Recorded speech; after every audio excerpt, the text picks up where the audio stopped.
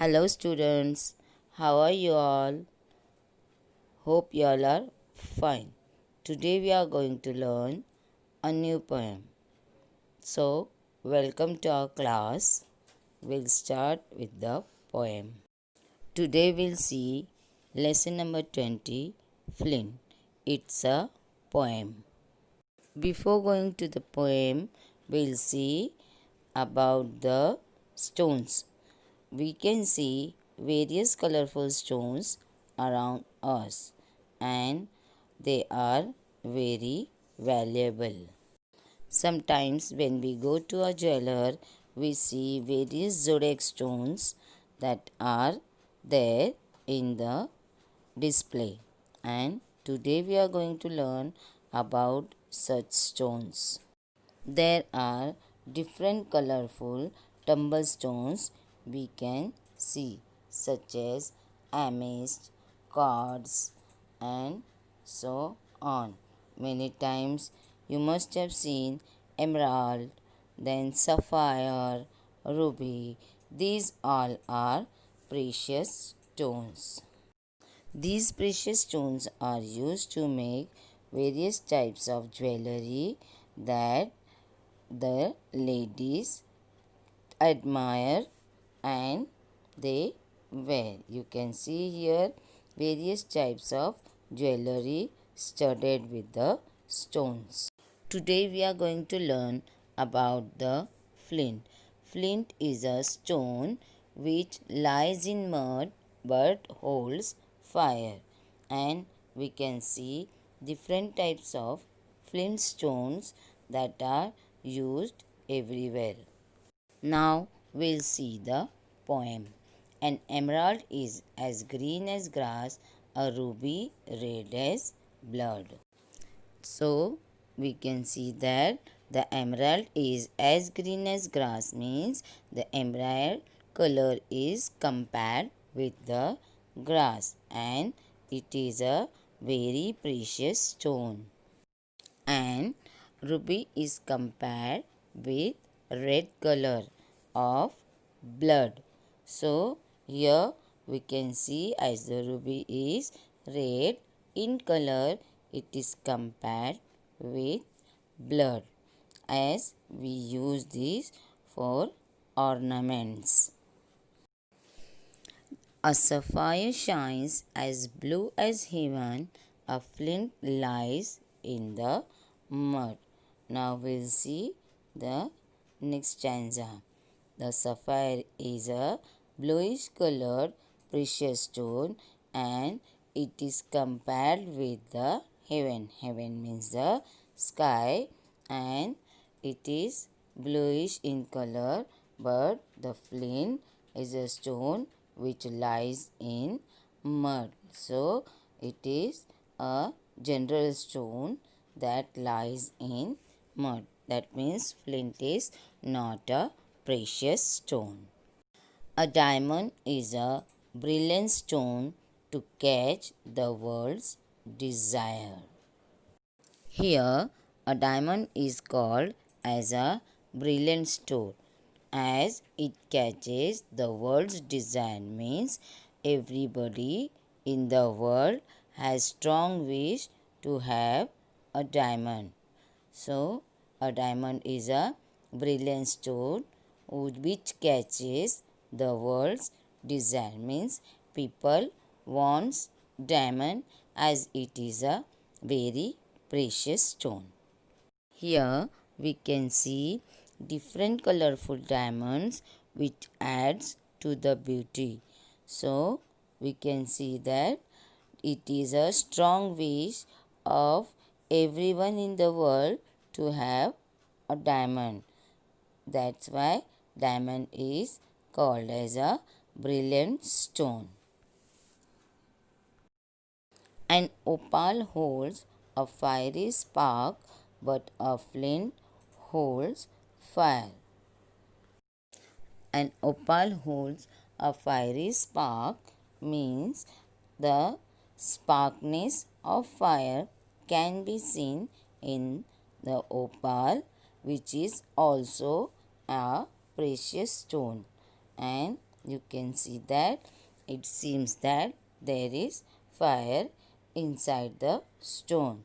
Hence, the poet calls it as then opal is holding a fiery spark as it is yellowish in color and it has a fiery spark.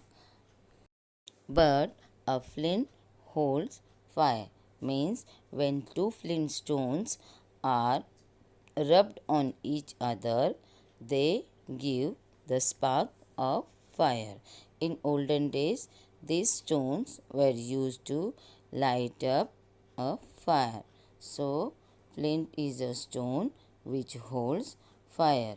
Though flint is not a precious stone and it lies in mud, but it is a stone which holds fire. Hence, the poet says that though the flint is an ordinary stone, but it also has importance as it can be used to light up fire. So, flint holds fire. Now, we'll see a new poem. Lesson number 22, The Champa Flower. It is also a poem. We know that different types of champa flowers exist, but here we can see the white champa flower with yellowish color and reddish center. Now we'll see the poem. Now we'll start with the poem. Supposing I become a champa flower just for fun and grew on a branch high up that tree and shook in the wind with laughter and danced upon the newly budded leaves, would you know me, mother? Here the poet says that if I become a champa flower and it will be just for fun and grew on a branch high up in that tree and shook in the wind with laughter, and I will dance upon the newly budded leaves. So, will you know me, mother?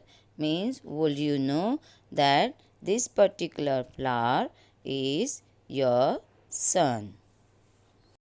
You would call, Baby, where are you? And I should laugh to myself and keep quite quiet. I should slyly open my petals and watch you at your work. So, here poet further says that you will call me means you will search me that baby where are you, and I will laugh to myself and keep completely means keep quiet, and I will slyly means slowly open my petals and watch you at your work means watch your daily routine work hiding in the champa tree. When after your bath with wet hair spread on your shoulders, you walk through the shadow of the champa tree to the little court where you say your prayers, you would notice the scent of the flower but not know that it came from me. Here the poet says that in the morning, when mother is going to the little court where she is performing the prayer, and with the wet hair spread on her shoulder, she will walk through the shadow of the champa tree to go for the prayer, and she will notice the scent of the flower that is her son, but she would not know that it came from her son.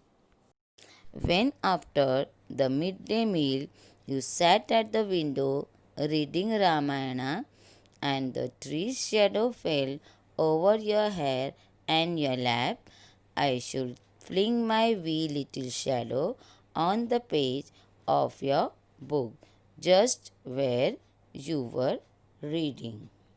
Here, the poet says that when after the midday meal, means after the lunch, when you will sit at the window reading Ramayana and the tree's shadow will fall over your hair and lap, means the tree's shadow will fall on the lap of the mother, and the champa flower will throw its little shadow, who is her child, on the page of the book just where she was reading.